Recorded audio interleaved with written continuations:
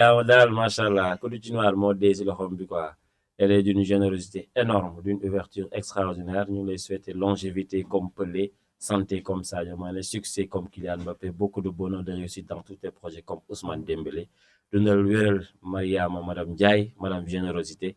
Yàlla na yàlla may la njaboot ju barkeel incha allah kontaan nañu si yow. Alors comme ni ma ko waxee à l'entame de mes propos, nous allons parler de Bassirou Diomaye Faye qui redouble de générosité à l'égard des Lions de la Teranga. Nañu wax aussi si le 11 type de la CAN, nañu wax aussi si tournée bi nga xamante ni joueurs yi def nañu ko au lendemain du sacre deuxième sacre continental de cette équipe nationale du Sénégal là, la deuxième étoile d'ailleurs. Alors dañuy commencer ak Bassirou Diomaye Faye. Le président a annoncé mardi dernier le versement d'un prime de 75 millions de francs CFA et octroie un terrain de 1500 mètres carrés sur la Petite Côte pour chaque joueur. Maanaam joueur Sénégal bu nekk di nga am 75 millions, am aussi benn 1 mètre, voilà 1500 mètres sur la Petite Côte. Et c'est ak aussi ñi nga xamante ni ñoom ñooy membre de la sélection bi ñoom it am nañ ci mooy staff beeg yooyu même fédération. Donc ñu gis ne c'est plus que les membres de la sélection avaient reçu de Macky Sall à l'issue de la CAN 2021. tey boo gisee cette somme miraculeuse, si je peux dire ainsi, 75 millions par jour ak terrain 1500 mètres carrés. Est-ce que pour yow lu normal la wala mënoon nañ ko wàññi wala mënoon nañ ko gën a yokk aussi? waaw bu nekkoon dafa am ay correctifs yu ñu ciy def di ko corriger, man damay xalaat ñu yokk ko. Et aussi lii dafa honorer l'état du Sénégal tamit. Et mën naa wax ne bokk na ci acte yu le président Bassirou Diomaye Diakhar Faye jël mu neex ma quand même. Le fait que mu yokk ci par exemple la demi par exemple de la somme que Macky Sall avait versé au vainqueur de 2022 au vainqueur de 2022. Donc man bokkuma ci ñuy xalaat que ni 75 000 yi dafa bari. 75 millions yi dafa bari. maa ngi la ñuy wàññi seen ñetti zéro xaw ma seen ñaari zéro. 75 millions yi bokkuma ci ñuy xalaat ne dafa bari. Et ñoom ñoo ko xeex, ñoom ñoo ko mérité.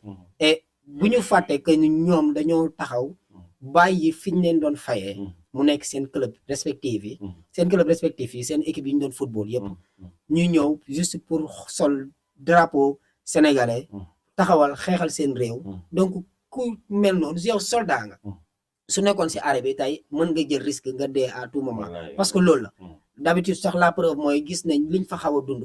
ci final bi. y compris par exemple 12e gaynde ak ñeneen ak ñeneen. donc mérité nañ prime yi nañu jox quand même. mënuma toog fii par exemple Sénégal nekk ci sama kër je fais pas beaucoup d'efforts. naan dëkk bi métti na ba pare. noonu naan aussi xaalis bi ñu jox dafa bari. non loolu yeneen xalaat la et nit bu nekk aussi. danga koy nangu loolu parce que fóolu ñoom xaalis boobu ñoom ñoo ko gagné. merci beaucoup non seulement ñoom 5 milliards ñoom ñoo ko gagné. voilà et liñ leen jox. ça fait pas par exemple c'est par exemple les 2/3. les 2/3 de ce qu'ils ont gagné quand même. donc loolu des na benn 1/3 boo xam ne nii wala et plus boo xam ne day des ci fédération bi ñu dugal ko ci football. ci football local bi ak yooyu quand même. donc nekkul xaalis boo xam ne. ci keesu état bi moom moo ko décaissé mu génnee feneen. mais ñoom ñoo ko gagné. déjà te bu nekkul woon sax ñoom li ñu gagné dañoo am pour génnee jox leen ay per diem jox leen ay prime pour récompenser lañu. parce que dañoo bàyyi ñoom non seulement ku nekk am na ay match 3 wala 4 match yoo xam ne raté nga ko sa club. et yooyu di nga doon am ay prime si liñ lay fay da ngay am ay prime de match da ngay am ay yeneen avantages yoo xam ne ni mi ngi fa mais yooyu yëpp dañ ko sacrifier. donc boo demee ba nekk vainqueur ba pare yóbbu tere turu Sénégal feneen fu gën a kawe gën a jaay destination sénégalaise cette destination sénégalaise ba pare léegi loolu looy waxati ci loolu parce que le fait que ñuy beneen nit wala beneen pays découvrir le Sénégal ñu war a ñëw par exemple soit mu nekk ay investissement yoo xam ne dañ ko fiy def mu nekk par exemple benn visite boo xam ne dañoo ñëw pour def ko fi loolu dafay indi ay dafay dugalaat xaalis suñu kees bi parce que kooku bu ñëwee dina lekk dina paas dina am fu mu dëkk nga xool ñaata milliers de personnes ñoo ko nar a def loolu aussi ñoom en quelque sorte dafa nekkoon benn service bu ñu jaay mais nit yi duñu gis ne ñii dañ doon jaay commerçant lañ woon en réalité ay commerçant la ay réalité ce n'est pas parce que lépp loo xam ne nii da nga koy joxe ñu jox la xaalis kese loolu mooy échange parfois da ngay gis lu abstrait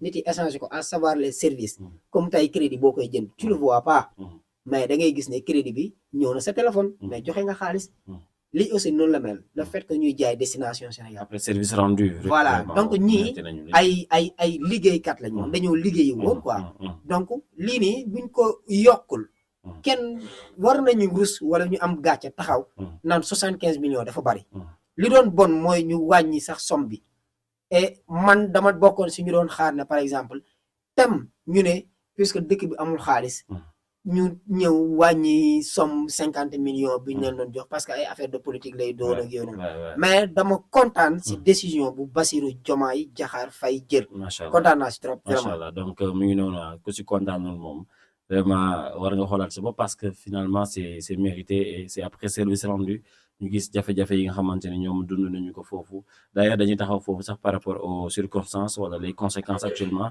ñu dégg ne 17 supporters de nu mu sotti suñu 12e gaynde gi ñu ngi leen téye ba tey fële au Maroc on voit parfois même des images dégg naa en tout cas ñu si bëri actuellement ñu ngi leen téye ñu ngi en garde à vue depuis boobu noonu est-ce que loolu aussi nekkul loo xamante ni tey day ternir encore une fois l'image de ce pays qui est le Maroc non pas ternir ko sax sur le côté diplomate du ko ternir pour man waaw man pour man du ko ternir parce que dëkk bu nekk dafa am ses règlements dëkk bu nekk dafa am nu muy doxee et du dara xew na que dafa war a changer seen ay loi et fooguma ne lii dina nekk problème quand même parce que tamit yàgg na am et day am fu nekk benn moment la lu ñu wax ci kii nii par exemple mooy seen avocat yi dañoo nekkoon en grève avocat yi dañoo nekkoon grève jëlal nañ leen seen ay avocat ñu ngi gérer affaire bi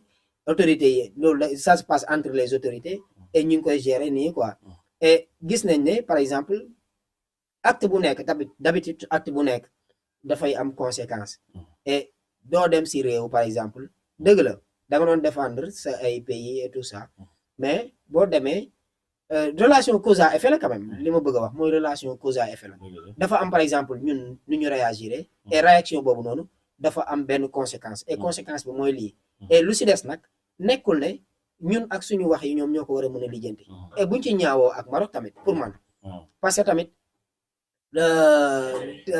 am na loo xam ne du ay réseaux sociaux lañ koy réglé xam nañ ne autorité yi. c'est des relations peut-être diplomatiques finalement président yi ñoo war a relation wu Sénégal ak Maroc. du tey dafa yàgg du tey donc lii du ko yàq. et dañuy comprendre aussi réaction marocaine yi parfois loolu c'est humain yooyu day am d'habitude. mais aussi gis nañu ay marocains bi match bi jeexee. dañoo def groupe yor seeni arme blanche ñu yor seen yat. ñuy wër noir si dëkk bi man gis naa quelques vidéos de sur les réseaux. donc ku ñu taseel jàpp la dóor la ba nga sonn loolu aussi c'est des actes yoo xam ne pour man c'est pas humain. gis nga Junior. gis nga nit boo xaar à ce que mu def leneen lu dul yëfu nit pour man yow sa bopp nga war a xoolaat. yow yaa dul nit quoi parce que nit mënul def lu dul yëfu nit. mais loolu est-ce que yëfu nit la. mais man par exemple. d'après information bi ma am. waaw mooy si bu final bi jeexee. waaw Sénégalais yi am na benn quartier boo xam ne dafa mel ni par exemple Médina wala yooyu noonu. noonu lañ koy waxee. parce que dafa bëri Sénégalais. et yow loolu dafa am sur une terre étrangère. et yow nga nekk foofu di jubilé ci koo xam ne moom moo perdre.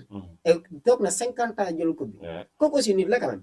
parfois les émotions on les crée pas on les constate. loolu xam naa si dara et voilà donc loolu noonu. dégg naa si cas boobu si information yi ma am mooy cas boobu noonu la demee koñ boobu lañ nekkoon di jubilé ñooñu aussi ñu nekk topp seen ay émotions yooyu nekk foofu noonu te aussi daa xeeleen ak ay jaasi et tout ça bien vrai que kenn du ko rafetlu mais aussi dañoo am réaction nit. cause à effet. voilà cause à effet le fait que ñoom ñu amoon par exemple réaction wu kontaan pour manifester ko. ñoom aussi ñu am réaction boo xam ne nii seen xel loolu la lañ jox directement. ce n'est pas parce que yàgg nañ fa dëkk. et ñoo xam ne nii ñu dëkkoon la par exemple xamante. jàmm am. dara musul ñaaw. donc su nekkee dafa am si moment bii nii rek. parce que dafa am nu mu demee quoi. comprendre nga man foofu laa gisee.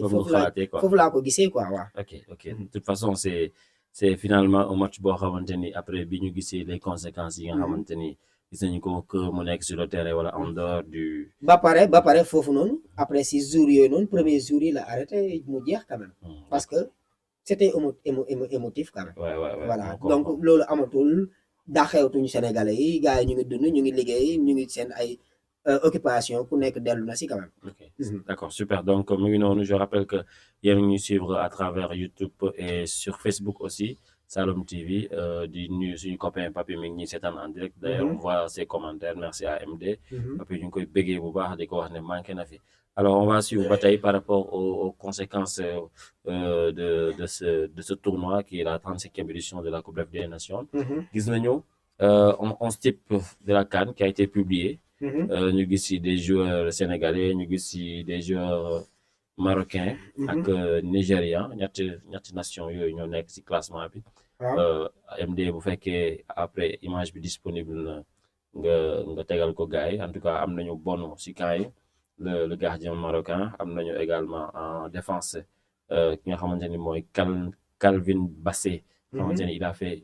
un excellent tournoi une excellente prestation dans cette compétition là moom le joueur nigérian le joueur de Fulham si côté ñu am fa Moussa Niakhaté à l'absence de Koulibaly c'est mérité à gauche ñu am fa Mazraoui le latéral de Manchester United qui joue à côté gauche qui est marocain à droite peut-être bokk na ci poste yëpp controverse muy Hakimi Achraf Hakimi le marocain le capitaine du Maroc moo nekk latéral droit au milieu ñu teg fa Idrissa Gana Gueye le vieux lion ak ki nga xamante ne mooy Pape Alassane Gueye le buteur lors de la finale au milieu itam ñu teg fa Ademola Lookman en attaque ñu am Brahim Diaz Osimhen ak Sadio Mané ñu jox meilleur entraîneur de la CAN Regragui donc finalement boo gisee 11 type CAN bi joxe mu ngi nii sama gars yi les images vous les voyez li mooy 11 type bi CAN bi joxe maanaam ñooy les meilleurs joueurs ci CAN bi d'après waa CAF mu ngi noonu ngeen gis ko est-ce que yow d'accord nga ci 11 type bi nga gis waaw Junior damay commencer d'abord ci entraîneur bi mooy coach bi sélectionneur waaw foofu dama fay d'accord ak waa CAF lan moo tax ci choix boobu noonu parce que quoi qu'on puisse dire dafa am lenn loo xam ne aussi moom moo am quoi le fait que dëgg la arrangé nañu gagné nañu vraiment mais da ngay gis ne lii Pape Thiaw def en réalité ni ko gars yi di waxee non doxul. pour yow geste Pape Thiaw bi. geste boobu la fekk keroog mu wax jour yi génn leen terrain bi moo tax tey. moom lañ joxuñu ko le meilleur entraîneur. daf ciy joué mais moom mënoo jël kan gagné ba pare coach boobu noonu keneen di nekk. waaw vraiment vraiment. mais dafa am ay par exemple. pour yow sanction la lii. sanction la FIFA sanction la déjà benn si sanction yi peut-être yeneen mi ngi ñëw. voilà peut-être yeneen mi ngi war a ñëw. et ñun aussi war nañ ko jàppale. parce que quand même daf ko defoon juste pour gagner. daf ko defoon pour gagner. loolu noonu yëpp donc dinañ ko comprendre ci loolu. mais benn sanction la et aussi conséquences yi Pape Thiaw mi ngi ko doon xaar. et lii moom xaar na ko par exemple. bettul kenn voilà bettul kenn quand même voilà léegi ñu jógee par exemple ci mooy maa ngi lay dégg sànq yaa ngi lim bi ñu wanee classement bi. Bono loolu dama ko déplorer man bi ñu ko joxee par exemple meilleur gardien bi dama ne comment ça c'est possible. mënul nekk quand même. parce que man mënuma suñu duel bi ñu am man ak yow. man maa la gagné. ñoo tolloo nombre de buts yu ñu encaissé. et man maa la ëpp suma jumul match joué. parce que Bono est-ce que joué na premier match bi si je m'en rappelle plus. je pense joué na match. joué na match yëpp Hakimi moo joué wul. ok Hakimi moo joué wul woon yëpp. mais par exemple suñuy wax ay côté penalty tamit côté série tiro bi Bono man aspect boobu laa gis mu def de plus que lu kii deful lu Mendy deful mooy le fait que mu qualifié loo dëkkam si les épreuves fatidiques de tiro bi. par exemple loolu noonu gis naa ne.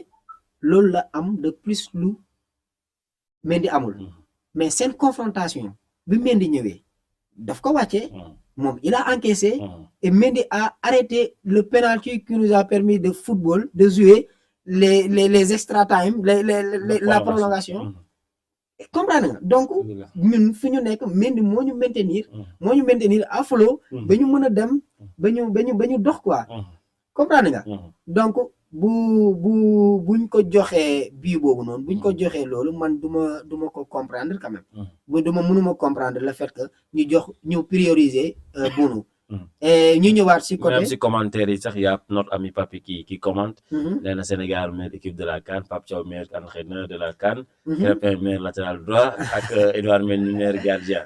waaw donc moom it mu ngi joxe AVM si commentaire yi. waaw mais du ma ko baal loolu du ma ko baal Pape Thiaw bi ñun Sénégalais dañoo war a nangu que ne dañuy nangu le fait que ñu jox ko regrag bi parce que si sanction mais nag booy xool sur le plan tactique wala mais tey jii mënoo jël CAN ñuy jox keneen meilleur coach de cette compétition. waaw mais parfois gis nga ni mu réagir nag man jàpp naa ne il le fallait comme on dit parfois il faut battre le fer quand il est chaud bu réagir lu wóolu noonu ci tàng-tàng bi je pense que bi arbitre demee VAR ba siffle penalty bi Brahim Diaz bu ko dóoroon y a de fortes chances mu dugal ko xëy na li ñu dugg si BCR yi génnaat mu chamboulé match bi ñu pause plus de 10 minutes ñëwaat moo tax yàlla dogale mais ragal naa ne ci tàng-tàng bi bu ko waaji dóoroon yi moment boobu day dugg pour man Pape Thiaw fulla la wane ba tey Sénégal jël coupe bi bu bàyyoon mu jàll tey ji waaf waaw mën nga wane fulla ci loo xam ne du sa droit xam nga problème bi du question de wane fulla mais li nga war a def est-ce que lim def loolu la war a def c'est ça le problème kenn àndu si moom voilà xam nga loolu donc loolu noonu